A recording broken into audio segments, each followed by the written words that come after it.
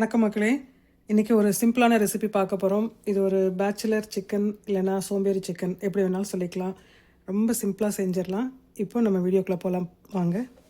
இன்றைக்கி நம்ம 1 kilo chicken எடுத்துருக்குறோம். அதுக்கு தகுந்த இன்க்ரீடியன்ஸ் மட்டும் நான் இப்போ சொல்கிறேன். இப்போது எல்லா இன்க்ரீடியன்ஸும் ஒன்றா சேர்த்து ஃபஸ்ட்டு மிக்ஸ் பண்ணிடலாம். சிக்கனும் சேர்த்து மிக்ஸ் பண்ணிவிட்டு அதுக்கப்புறம் தான் நம்ம குக் பண்ண போகிறோம். இப்போ ஒவ்வொரு இன்க்ரீடியன்ஸாக நான் இப்போ ஆட் பண்ணுறேன். இப்போ 1 டேபிள் ஸ்பூன் எண்ணெய் ஆல்ரெடி ஊற்றிருக்கிறேன்.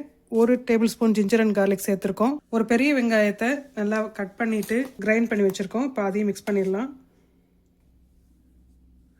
1 டீஸ்பூன் மிளகாய் தூள் சேர்க்குறோம். 1/4 டீஸ்பூன் மஞ்சள் தூள், 1/2 டீஸ்பூன் மிளகுத்தூள், 1/2 டீஸ்பூன் சீரகத்தூள், 1/4 டீஸ்பூன் சோம்புத்தூள். இப்போ எல்லாத்தையுமே சேர்த்துடலாம். ஒரு மீடியம் சைஸ் தக்காளி கட் பண்ணியிருக்கோம். ஒரு கைப்பிடி அளவுக்கு கருவேப்பிலை, ஒரு கைப்பிடி அளவுக்கு கொத்தமல்லி கட் பண்ணி எடுத்துருக்கோம். அதில் பாதி மட்டும்தான் இப்போ சேர்க்குறேன். இப்போ நம்ம ஸ்டவ்வை ஆன் பண்ணிட்டோம். இப்போ எல்லாத்தையும் நல்லா மிக்ஸ் பண்ணிவிட்டு ஒரு 2 நிமிஷம் மட்டும்தான் வேக வைக்க போகிறோம். அப்புறம் சிக்கன் ஆட் பண்ணிக்கலாம்.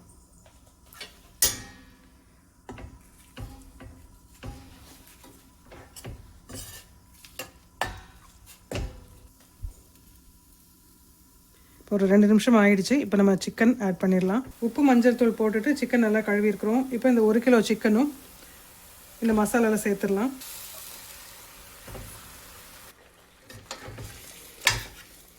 மிக்ஸ் பண்ணிடலாம்.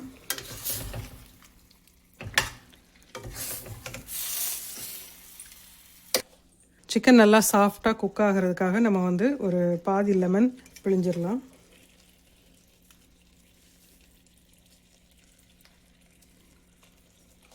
இப்போ ஃப்ளாட்டாக ஒரு டீஸ்பூன் அளவுக்கு உப்பு சேர்த்துக்கலாம். நல்லா மிக்ஸ் பண்ணிடலாம். கலருக்காக காஷ்மீரி சில்லி பவுடர் போடுறோம். இது காரம் இருக்காது, கலருக்காக மட்டும் சேர்த்துக்கலாம்.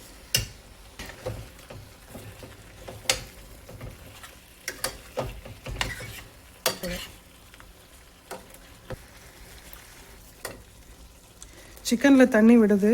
உங்களுக்கு தண்ணி வேணும் அப்படின்னா நீங்கள் தண்ணி கொஞ்சம் சேர்த்துக்கோங்க. இப்போ எனக்கு தேவைப்படலை. இப்படியே மீடியம் ஃப்ளேமில் வச்சுட்டு ஒரு 10 மினிட்ஸ் நம்ம குக் பண்ண போகிறோம். நடுவில் ஒரு தடவை மிக்ஸ் பண்ணி விட்டுடலாம்.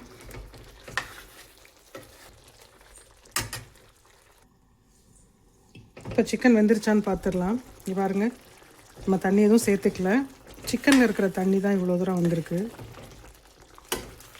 பாருங்கள், நம்ம மீடியம் ஃப்ளேமில் வச்சுருக்கோம். அடிப்பிடிக்காமல் பார்த்துக்கணும். நம்ம கிரேவி டைப்லேயும் இல்லாமல் செமி கிரேவி டைப்பில் இப்படியே வச்சு சாப்பிட்டோம் அப்படின்னா சப்பாத்தி, ரைஸ், பூரி எல்லாத்துக்குமே சாப்பிட்லாம். சிக்கன் வெந்துருச்சான்னு நம்ம பார்த்துடலாம். சிக்கன் நல்லா வெந்திருக்கு.